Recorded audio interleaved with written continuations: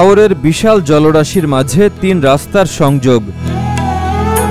পাখির চোখে যতদূর দেখা যায় রাস্তার দুপাশে শুধু পানি আর পানি।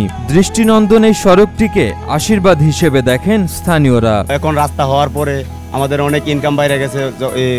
মনে করেন আগে তো 200 থেকে 300 টাকা ইনকাম করতাম, এখন ইনকাম আমাদের আলহামদুলিল্লাহ শুক্রবার আসলে শনিবার আসলে আমাদের সপ্তাহে সবসময় ভালো যায়। 1000 টাকা 15 টাকা 2000 টাকা আমাদের ইনকাম আসে। পাহাড়ি ঢলে সিলেট সুনামগঞ্জে বন্যা হলেই সামাজিক যোগাযোগ মাধ্যম ব্যবহারকারী অনেকেই দাবি করেন এই সড়কের কারণে স্বাভাবিক পানি প্রবাহ বাধা পাচ্ছে এবং বারবার বন্যা হচ্ছে। কিশোরগঞ্জ থেকে সিলেটের দূরত্ব 101 কিলোমিটার এবং উচ্চতার ব্যবধানে প্রায় 25 ফুট উঁচু জেলা সিলেট। এত দূরত্ব আর উচ্চতায় ইটনা মিঠামইন অষ্টগ্রাম হাওরের এই সড়ক কোনোভাবেই সিলেটের বন্যার কারণ হতে পারে না বলে মনে করেন বিশেষজ্ঞরা।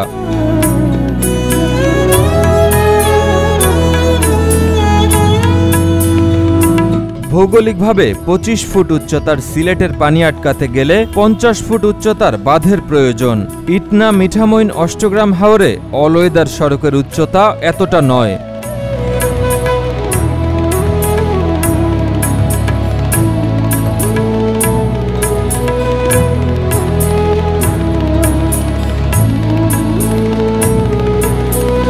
এই সড়ক নির্মিত হওয়ার আগেও হাওরে বন্যা হয়েছে, তখন গ্রামের পর গ্রাম বিলীন হয়ে গেছে বলে জানান কিশোরগঞ্জের জ্যেষ্ঠ সাংবাদিক সাইফুদ্দিন আহমেদ লেনিন। সিলেট সুনামগঞ্জে যখন বন্যা হয় তখন এই সড়কের কাছাকাছিও পানি পাওয়া যায়, আর এই সড়কটি যখন ছিল না তখনও সিলেট সুনামগঞ্জে বন্যা হয়েছে, অনেক গ্রাম বিলীন হয়ে গেছে, তখন তো এই সড়ক ছিল না।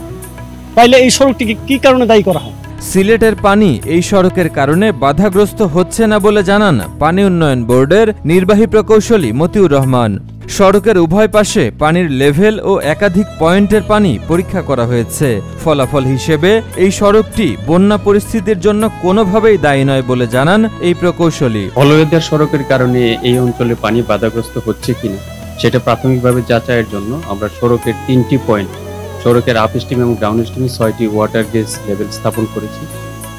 2 সপ্তাহব্যাপী আমরা ওয়াটার লেভেল অবজার্ভ করেছি। দেখা যায় যে সড়কের আপ স্ট্রিমে এবং ডাউন স্ট্রিমে ওয়াটার লেভেলের কোনো ডিফারেন্স নেই। সুতরাং এই সড়কের কারণে বন্যা পরিস্থিতির সৃষ্টি হওয়ার কোনো কারণ নেই।